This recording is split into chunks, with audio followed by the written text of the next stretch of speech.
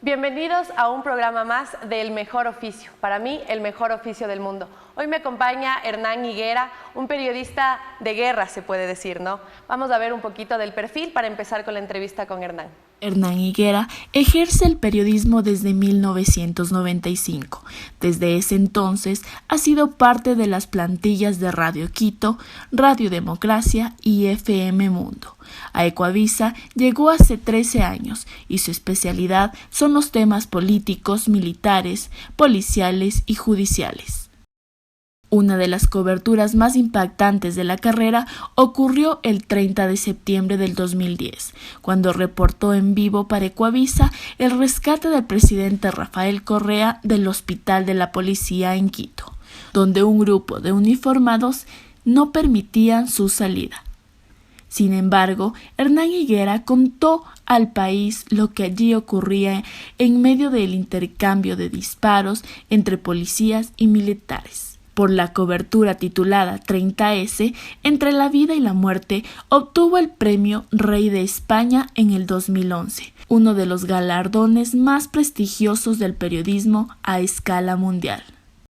Es un periodista que no teme trabajar en escenarios de riesgo. Cubrió los terremotos de Chile y Haití en 2009, el conflicto de Cenepa en 1995, además de temas como narcotráfico, guerrilla, frontera y muchos más. Cuando le preguntamos a Hernán cuál es la frase que define el periodismo para él, lo definió como un periodismo de aventura, como una aventura de vida, ¿no?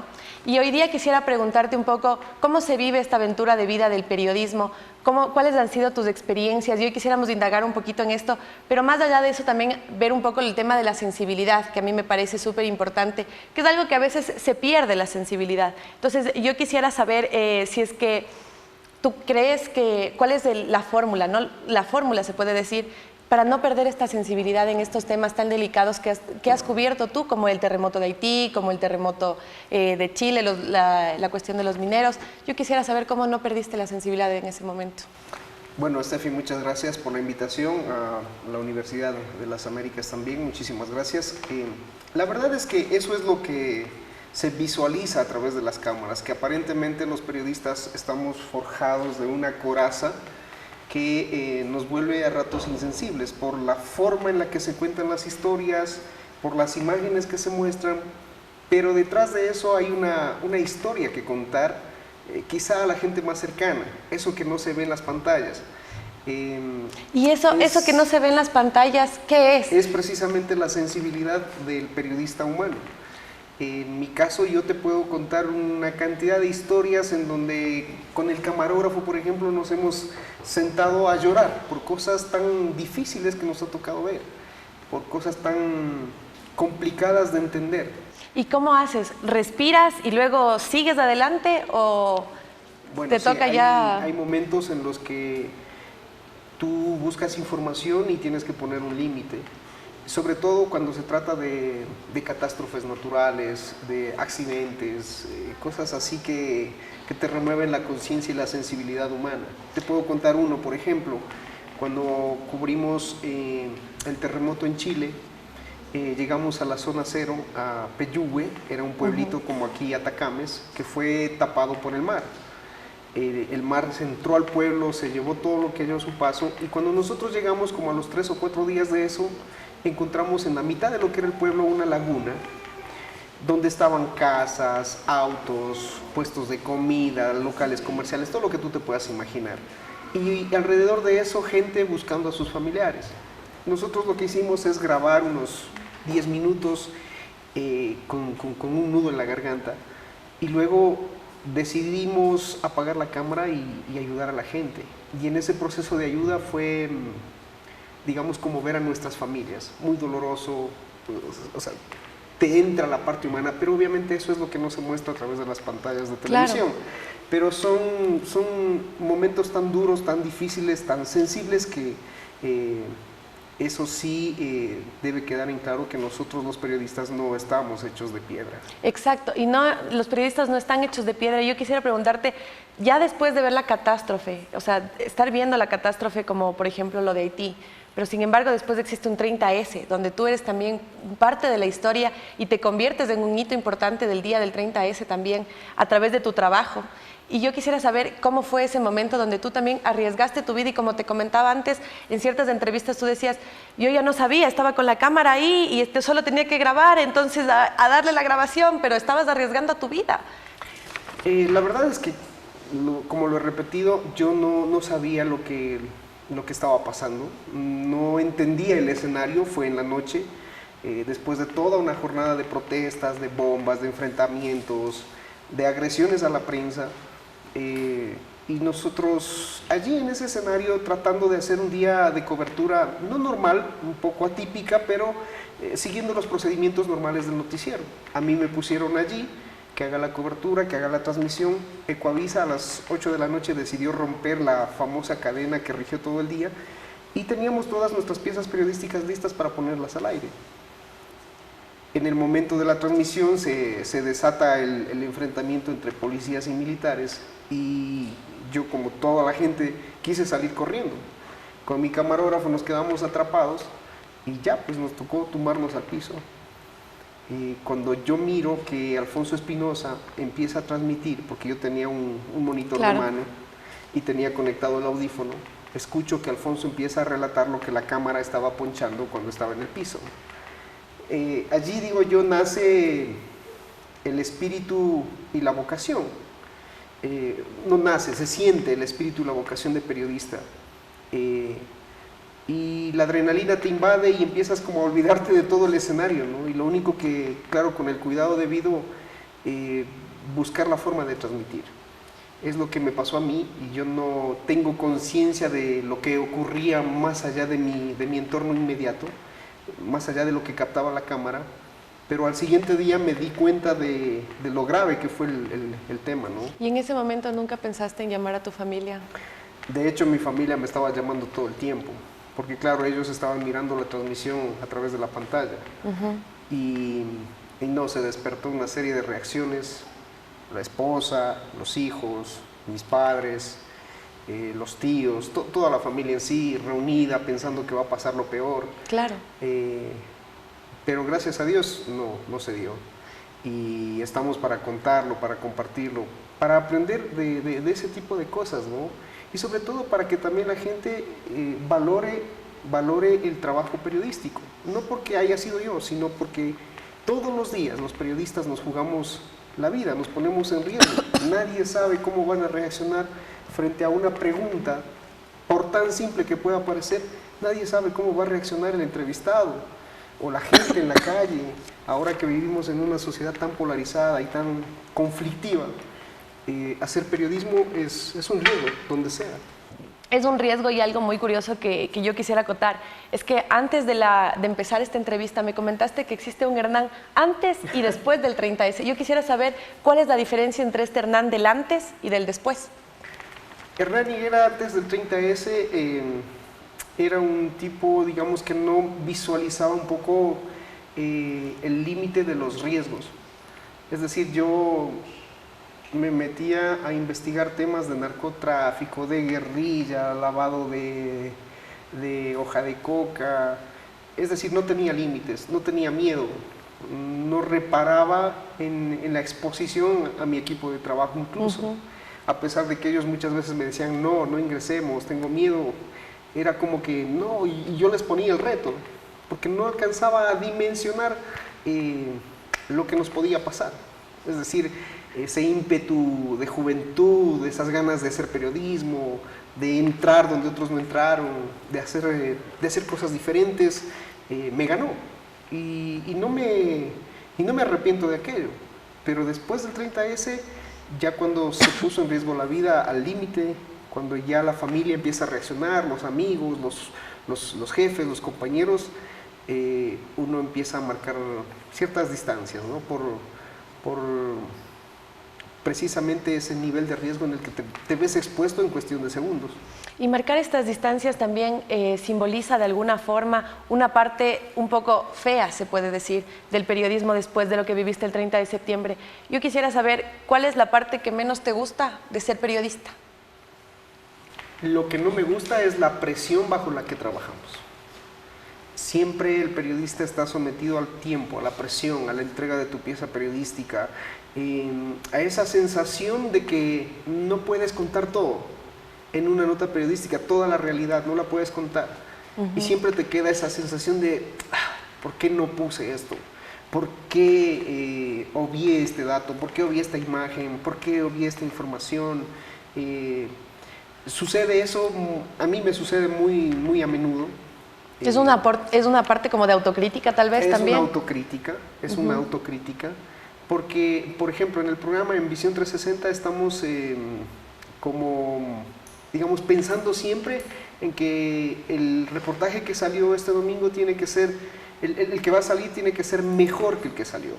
Entonces nos fijamos como nuestra propia competencia, ¿no? Una autocompetencia. Una autocompetencia. Y eso es bueno a veces, pero a veces también te perjudica, ¿no?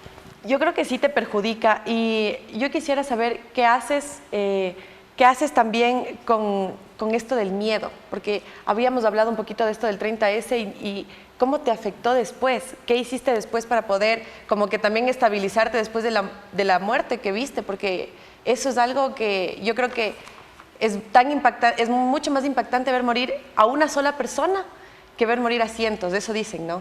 Pero ¿qué tal ahora tú, como tu experiencia personal, después de haber estado en terremotos y haber visto caer un militar enfrente tuyo, ¿cuál de las dos es más duro? ¿Cuál de las dos da más miedo? Sin duda las dos. Te puedo decir que lo que se ha visto es lo que no hemos difundido en pantalla, precisamente por respeto a la gente, porque son imágenes muy fuertes, muy crudas. Lo visto en Haití, por ejemplo. Cuando tú empezabas a caminar en las calles de Puerto Príncipe, tenías que saltar los cuerpos, es decir, mirar dónde pisas, el olor a muerte muy intenso, versus la imagen del 30S, de esa desesperación de ver ese policía intentando levantarse y que todavía se aferraba a la vida, y uno no poder levantarse por el miedo de que te pase lo mismo, es como frustrante.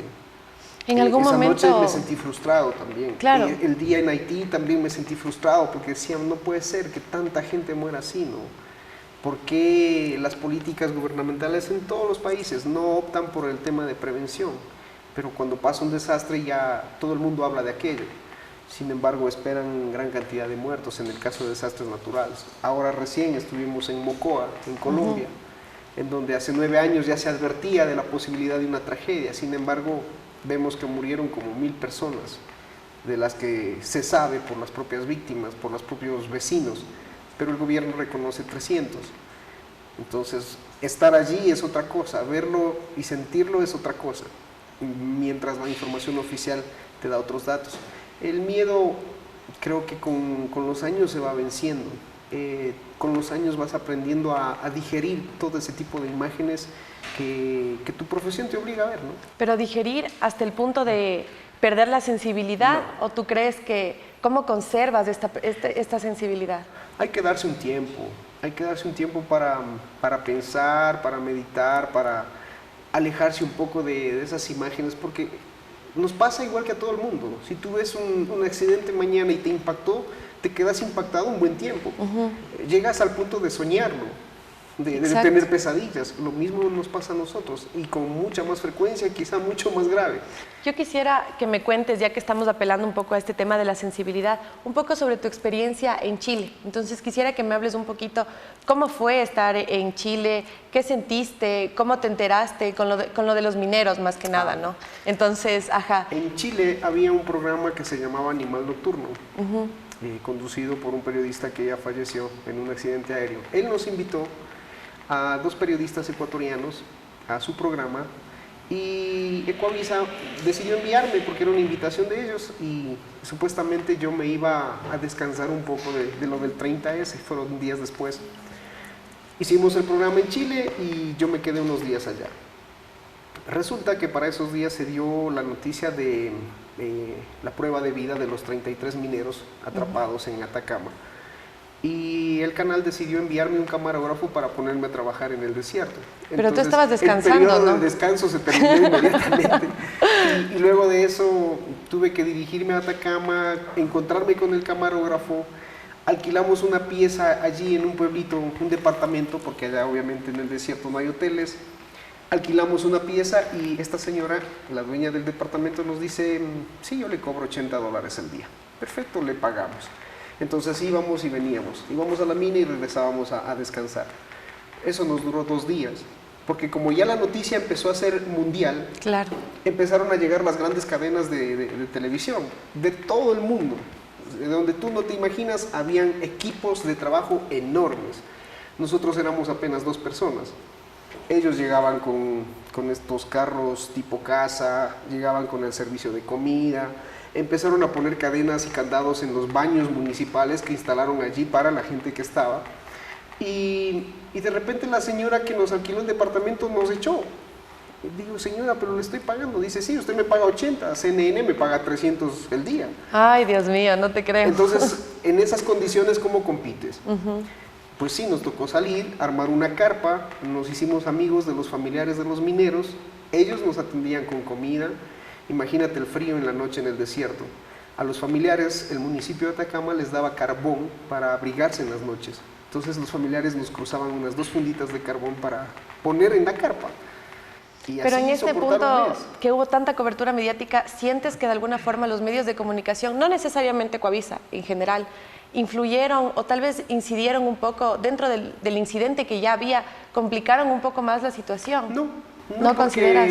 No, porque en Chile se manejó, la cobertura periodística se manejó de una forma ejemplar, diría yo, para ese tipo de eventos, porque ellos establecieron una zona de cobertura y el sitio exacto donde estaban los mineros o por dónde iban a ser rescatados, tú no podías llegar allá. Entonces se fijaban horarios, se fijaban voceros, se fijaban sitios donde se ubicaba la prensa y sabías que a la hora exacta allí iba a haber una rueda de prensa. Entonces el periodista lo único que hacía es hacer tomas, buscar historias en los entornos, en los alrededores. Y eso fomentó un poco el orden. De lo contrario, yo creo que con tanta prensa, con tanto vehículo, con tanto Era equipo, demasiado. no. Claro, y tú me La hablabas echábamos a antes un perder, la poquito verdad. sobre esto de tener que ideárselas como periodista también, el momento en el que te mandan una cobertura, y me hacías una pregunta donde, y yo invito a la gente que nos está viendo también a hacerse esta pregunta: si mañana te dicen, ándate a Chile, tienes que hacer una cobertura una cobertura sobre un terremoto en Chile, ¿qué es lo primero que harías? Entonces esta es una pregunta que a mí me hizo Hernán y realmente me dejó pensando, y pienso, ¿qué es lo primero que se debe hacer, más bien? Mira, a mí me tocó desde el inicio de mi carrera lidiar con coberturas complicadas, difíciles, en donde la toma de decisiones es muy importante. En la universidad no te enseñan a tomar decisiones. En la universidad te enseñan la parte académica, conceptual, la parte práctica. Yo veo que ahora ustedes y otras universidades la están fomentando de una buena forma. Pero a mí sí me gustaría, por ejemplo, preguntarles qué pasa si mañana hay un terremoto en Manabí. Exacto, que ya fue, ¿no? Que ya pasó. Ojalá no ocurra nunca más, pero ¿qué pasa si este rato hay un terremoto? ¿Cómo se arman? ¿Cómo llegan al lugar? ¿Han pensado en si van a llegar o no? Tomando en cuenta la presión que se tiene para hacer la transmisión, porque la gente necesita información. Exacto. Y tú tienes esa responsabilidad de llegar con la información. ¿Cómo lo vas a hacer? Yo te preguntaba a ti, ¿qué sería lo primero que haces? Exacto, y uno Subirte piensa... al carro, coger el equipo y te vas, pero no piensas en lo peor que te podría pasar. Puede ser un poco molestoso lo que estoy diciendo, pero es así.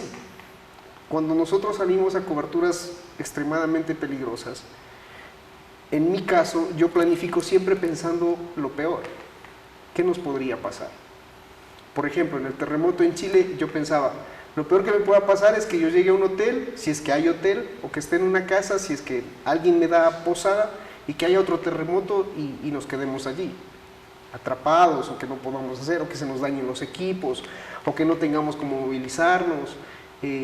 Otra de las dificultades, no va a haber quien te dé de comer, no vas a tener agua, no vas a tener, digamos, lugares donde hacer tus necesidades biológicas, por ejemplo. Y son temas logísticos. Y son cosas que tú no piensas, pero que te pueden poner en riesgo la cobertura y el trabajo que tú vas a hacer.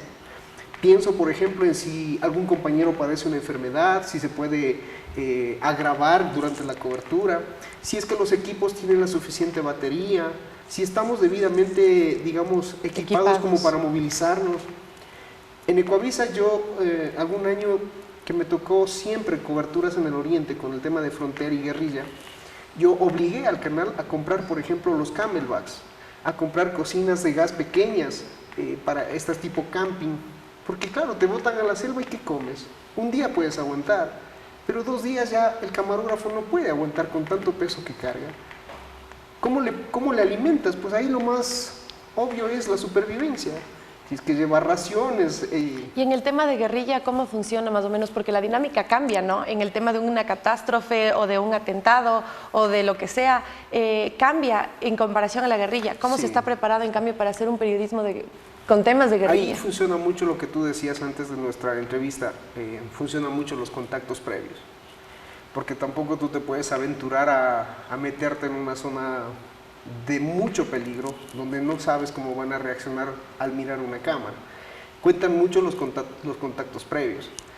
En mi experiencia, nosotros, por ejemplo, hicimos contactos con la guerrilla en Cuba, cuando se empezaron los diálogos de paz. Y luego, hace muy poco, hicimos contactos en la zona de frontera, en Putumayo. Hoy te puedo decir que gracias a esos contactos, en el momento en que nosotros decidamos ir otra vez a hacer temas de guerrilla, pues ellos ya saben quiénes somos. Cuéntame un poquito sobre este tema que hay del helicóptero colombiano, me parece, que es un tema que hiciste con Mauricio, me parece, ¿no es cierto? Sí, sí. Entonces yo quisiera saber un poquito de esta experiencia también. Mira, ahí hay una frase que dice que al buen jugador siempre le sigue la pelota. Carlos Gijón era el director de noticias en Ecuavisa y él se enteró de un incidente que hubo en la frontera con un helicóptero que supuestamente para ese momento había invadido territorio ecuatoriano, y es más grave todavía porque la noticia era que lanzó un misil hacia territorio ecuatoriano. Entonces Carlos me ordenó que me vaya al oriente y que investigue. Imagínate, yo no tenía elementos, nadie lo había publicado, era como irse así a la aventura, ¿no? ¿Y por dónde entramos? ¿Y dónde cae el misil? Era lo primero que te preguntas. Y allí es donde empieza la tarea periodística, la tarea de investigación. Llegamos al aguario, empezamos a preguntar al tendero, al del almacén, si es que habían escuchado algo, y por ahí alguien nos dijo, sí, eso fue en Barranca Bermeja hace pocos días. Barranca Bermeja, salió el primer nombre. ¿Dónde es Barranca Bermeja? Váyase por aquí, váyase por acá. Era un camino que no te imaginas. Tenemos fotografías de eso y esa sí fue una aventura de esas que nunca te olvidas, ¿no? Cansados de viajar, a Mauricio le digo ese momento, parquémonos aquí, tomémonos una cola o alguna cosa. Y nos parqueamos. Era un tendero al que le apodaban el Manaba. Y el señor, curioso por los equipos que llevábamos, se acerca a preguntarnos que quiénes somos y qué buscamos y que a dónde vamos. Entonces, en esa conversación tan sencilla, le digo, mire, nos enteramos que por aquí hubo un sobrevuelo de un helicóptero y que el helicóptero disparó. Ah, sí, dice el señor, sí, eso pasó tal día, a tal hora. Es más, yo tengo la grabación. Wow. Y saca una cámara, una Handycam, nos muestra, y efectivamente la imagen que él tenía grabada era un helicóptero Black Hawk colombiano disparando un misil. Era la imagen perfecta, la que nosotros la que buscábamos. Tú necesitabas, ¿no? Más que nada. Entonces fue como así, ¿estás seguro? Fue ese día, no sacó esto de una película o algo así, la duda, ¿no? Claro. Y dice, no, si quiere lo llevo al sitio donde cayó el misil. Le digo, ¿en serio? Perfecto, llévenos. Entonces empezamos y el trabajo se hizo de esa forma. Llegamos al oramen donde cayó el misil, comprobamos que efectivamente cayó en territorio ecuatoriano. Con esa imagen de ese señor se comprobó que el helicóptero invadió el cielo ecuatoriano y se armó un escándalo diplomático entre Ecuador y Colombia, al punto de romper las relaciones diplomáticas de forma momentánea. ¿Y en ese momento qué decía tu director, tu jefe, Carlos Gijón? Bueno, Ecuavisa siempre se ha caracterizado por mostrar, digamos, ese tipo de cosas, y la política de Carlos fue esa, precisamente, demostrar que Colombia invadió el territorio ecuatoriano y que las autoridades de nuestro país tenían que tomar cartas en ese asunto. Es una denuncia, ¿no? En Porque ese momento afectó a territorio ecuatoriano, claro. no solo el terreno, sino la gente, a las poblaciones de frontera, a la comunidad. Y el trabajo periodístico, desde la dirección hasta el camarógrafo, el asistente, el equipo técnico de transmisión, teníamos la misión de demostrarlo, que así fue. A Colombia no le quedó más que aceptar. ¿Hace cuánto estuviste la última vez en un campamento de las FARC? Porque estuviste, ¿no?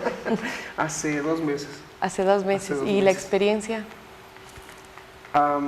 Porque sigue siendo una aventura, ¿no? Seguimos sí, haciéndole... Por eso te decía al inicio que el periodismo para mí es una aventura de vida porque no sabes con qué te vas a encontrar. Exacto. Y en ese camino de aventura de vida te encuentras con historias, con amigos, con gente.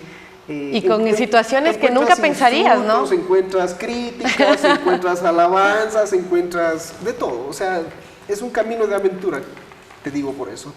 Y entonces las FARC, hace 2 meses, ¿qué tal? Porque hoy, 2 meses después, estás aquí en la UDLA dándonos una entrevista y contándonos esto que nosotros solamente podríamos imaginarlo, ¿no? Claro. Es como si este rato conversando contigo me llega un mensaje al celular y me pasa una fotografía a mi director. Y me dice, mira lo que está pasando en la frontera, ahí te lo dejo. Entonces uno lo único que tiene que hacer es leer, informarse y decir, bueno, ¿qué hago? ¿Qué hago con esto? La noticia era, las FARC se desmovilizan en la zona de frontera con Ecuador. Y se veía una fotografía. Y claro, a mí no me tienes que rogar mucho como para esos temas. Y yo digo, ok, nos vamos. Y nos fuimos sin hacer contactos porque primero empecé a investigar la distancia, por dónde podíamos llegar. Y se veía, en el Google Maps se veía zona selvática. Y el sitio donde se iban a apostar los guerrilleros era una zona inaccesible, digamos de forma terrestre, vehicular. No sabíamos si había camino vehicular. Pero la lógica era pensar que si los guerrilleros se iban a apostar en ese sitio, desde algún lado tenían que abastecerse de alimentos, sea por vía fluvial, terrestre.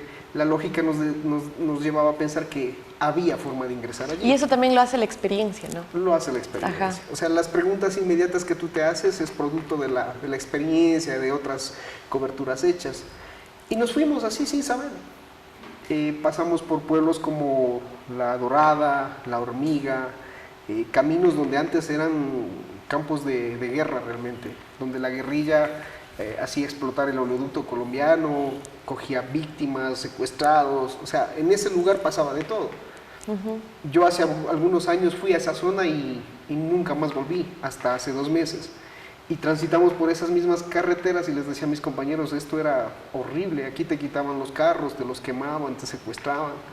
Y hoy que ya firmaron la paz, pues el escenario era distinto.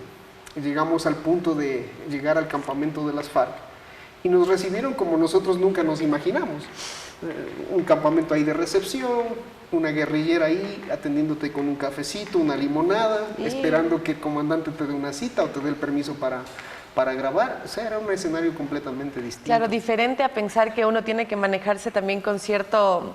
Como Cuidado. que con ciertos cuidados, ¿no Claro. es cierto? Pero en este momento también tuviste un choque como diciendo, ¿y ahora qué hago? Sí, ¿qué pasó? O sea, ¿qué les pasó a los guerrilleros que están tan amables? Y te genera un poco de miedo también, ¿no? Claro. Y esa cobertura nos salió así tan fácil, porque te decía, nos fuimos sin contactos previos, que es lo que no debíamos haber hecho, pero ante una zona como el Putumayo, donde la gente desconfía de todo el mundo, ¿qué contacto te puede ser confiable? Si no, te toca ir resolviendo sobre la marcha, es decir, decidiendo en quién confías y en quién no confías y rogando que no te pase nada. Sí. Eso pasó ese día, hace 2 meses, y no imaginamos que el comandante del Frente 48 había estado en ese lugar y nos atendió, nos dio una entrevista, nos permitió hacer tomas, nos ofreció el campamento para quedarnos a dormir allí, algo a lo que no aceptamos, pero claro, ya había. Hicimos el trabajo. Yo creo que, y es un trabajo también impecable, que es algo que yo te hablaba antes. Visión 360 y los periodistas que han estado dentro de este programa se han convertido también en referentes de la academia y de nosotros, los futuros periodistas también. Yo quisiera preguntarte también un poco sobre el terremoto de Haití, que es otra realidad, es otro momento de tu vida. Y lo que no se vio, ¿quieres saber? Lo que no se vio del terremoto de Haití. Y hablar un poquito también de este choque que debe también ser cultural, ¿no? Me imagino. Y además de eso, tengo entendido que fueron de los primeros en llegar también, ¿no? A lo del terremoto. Entonces, ¿Cómo fue vivir el terremoto de Haití? Mira, en Haití se empezó a dar el tema de la escasez de agua y la gente se empezó a matar por el agua. Empezaban a sacar armas, a asaltar, a asesinar, y yo sí tenía miedo de irme allá. La Fuerza Aérea Ecuatoriana dispuso un vuelo de ayuda humanitaria y en ese vuelo estábamos incluidos un grupo de periodistas. Éramos 6 o 7 periodistas de diferentes medios. Nos trepamos al avión y aterrizamos en Puerto Príncipe. El aeropuerto allá estaba custodiado por la Marina de Estados Unidos. Y la Fuerza Aérea nos dio 2 horas para la cobertura, 2 horas, porque teníamos que regresar ese mismo día. Resulta que al piloto de la Fuerza Aérea se le ocurrió irse antes y nos dejó abandonados en Haití. No te creo. Pues esas son las cosas que no se saben. Imagínate que a mí me habían dado de parte del canal un dinero, pues, según ellos, porque íbamos a un viaje internacional. Y lo que pasa es que la gente oye viaje y se imagina placer. En el caso de los periodistas no es así, es puro trabajo. Es hasta que tú no te sientes conforme con lo que has hecho, esa cámara no se apaga. Hay momentos en que sí, tú ya hasta aquí y listo, vas, descansas, te relajas un poco. Pero en Haití era difícil hacer eso. Yo fui con un chaleco, con un pantalón de campaña y distribuí el dinero en diferentes bolsillos. Imagínate que cuando estaba entrevistando a uno de las víctimas del terremoto, la gente me rodeaba y empezaban a sacarte el dinero de los bolsillos. No. Entonces, tú no podías reaccionar, pues ahí. Lo único que me tocó a mí es... Dejarte. Claro, llévense nomás, que sea. Toque nomás, llévese nomás. Y luego de eso, cuando regresamos al aeropuerto, nos enteramos que el avión se había ido y quedamos abandonados allí. Era muy inseguro, no había dónde albergarse. Era feriado de carnaval acá en Ecuador. Y ya todas las autoridades se habían ido a sus casas, nadie podía ayudarnos desde acá a ver la forma de regresar. Claro. Aterrizó un avión de Ícaro con ayuda humanitaria y este piloto de Ícaro le pedimos nosotros que por favor nos traiga y él dijo que no, que como es un avión de carga él no puede traer pasajeros, que si él traía pasajeros le quitaban su licencia y se acababa su trabajo, y era entendible. Yo no sé, se movieron algunos contactos desde allá. El actual presidente de la República, Lenín Moreno, era vicepresidente. Alguien le hizo conocer que los periodistas ecuatorianos estábamos abandonados en Varados Haití. en Haití. Sí. Él ordenó a la compañía, a la DAC, a la Dirección de Aviación Civil y a la compañía que por favor nos trajera, que no nos dejara en ese gran riesgo que era estar en Haití. Esa aventura fue, digamos que única, porque traía el avión, traía a 3 personas haitianas acá en Ecuador, entre ellas una ancianita, y en el avión de carga pasó de todo lo que tú te puedas imaginar con la señora. Se mareó, hizo sus necesidades, hizo de todo, y nosotros veníamos en el avión. Tener que soportar ese tipo de cosas por retornar a casa, bueno, había que hacerlo. Pero son esas aventuras y esas cosas que tú dices, ¿por qué nos pasó? ¿Qué te enseña? Y cada cosa te enseña. Cada situación, cada momento de riesgo, cada momento de risa, cada momento de coraje, te enseña. Porque a la siguiente cobertura estás como un poco más decidido y armado. Pero esto se aprende sobre la marcha. Así que los que están en periodismo en los primeros años quizás se desesperen los primeros momentos. ¿Y cómo hago esto? Y los últimos también. ¿Y cómo decido esto? Pues esto es de paciencia. Y un poco también de experiencia y práctica. Yo quiero agradecerte muchísimo más que nada por compartir estas experiencias que también son personales y que de alguna forma ahondan dentro de un pasado que a veces sí nos atormenta un poco, como tú decías, porque todavía mantenemos esa sensibilidad del periodismo. Sé que tienes un premio, del cual yo le comentaba a Hernán que la primera vez que Hernán vino a UTLA, él dio una conferencia sobre el 30 de septiembre y a mí me pareció muy curioso porque era la primera vez que yo me enteraba que un periodista ecuatoriano gana un premio de la índole del que tú ganaste, que fue el premio Rey de España. Ajá. Entonces, yo quisiera saber, bueno, primero que nada, sé que lo primero que dijiste fue, casi me choco, porque casi te chocas por la emoción del premio. Pero ¿qué se siente? Porque es un momento también gratificante después de todas estas experiencias que acabas de compartirnos, al final llegar a tener este premio. Bueno, fue una cosa no pensada, fue una cosa, digamos, fruto de una especie de molestia porque el trabajo del 30S pasó como un día más de cobertura. Y yo digo que ese día no fue un día más de cobertura. Ese día pasaron muchas cosas. Muchas de esas cosas todavía no se saben. Entonces fue ese sentimiento de coraje que me llevó a mí a decirle a un amigo, a José Rivera, ¿sabes qué? Porque José Rivera me dice, preséntalo a un premio. Le digo, yo no quiero saber nada, encárgate tú. Y fue él quien lo postuló. Ya. Me pidió documentos, el reportaje, llenamos formularios y yo envié. Y me olvidé. Eso fue en agosto. Y a enero pasó mucho tiempo y yo me había olvidado. Un día me llaman de la agencia EFE a decirme, Hernán, ¿sabes qué? Tú y Antonio Narváez son los ganadores del premio Rey de España. Yo que estaba llegando al canal. Y yo de la emoción perdí el control del auto. Estaba parqueado el fotógrafo de EFE ahí en el canal porque a él le habían dicho que me haga fotografías entrando al canal y recibiendo la noticia, pero no se imaginaban que estaba conduciendo. El tipo se parqueó mal y yo de la emoción casi le choco al fotógrafo. Fue como, digamos, esas cosas en donde te emocionas tanto que no sabes qué hacer. Y sí, realmente ha sido uno de los mejores momentos de mi vida porque eso implicó que la gente, primero en el Ecuador, que los periodistas nos sintamos, digamos, reconocidos, porque no solo fue Hernán Higuera. Yo creo que fue el reconocimiento a toda la prensa ecuatoriana por el trabajo arduo que se hace en jornadas como esa. Porque mientras los del poder nos califican, nos descalifican, nos enseñan a hacer su periodismo, hay otras formas de demostrar que se puede hacer periodismo en situaciones tan difíciles como esa. Entonces el homenaje era para los periodistas en sí, no era para Hernán Higuera, ni para Antonio Narváez, ni para Ecuavisa. Al menos yo lo concibo y lo recibí así.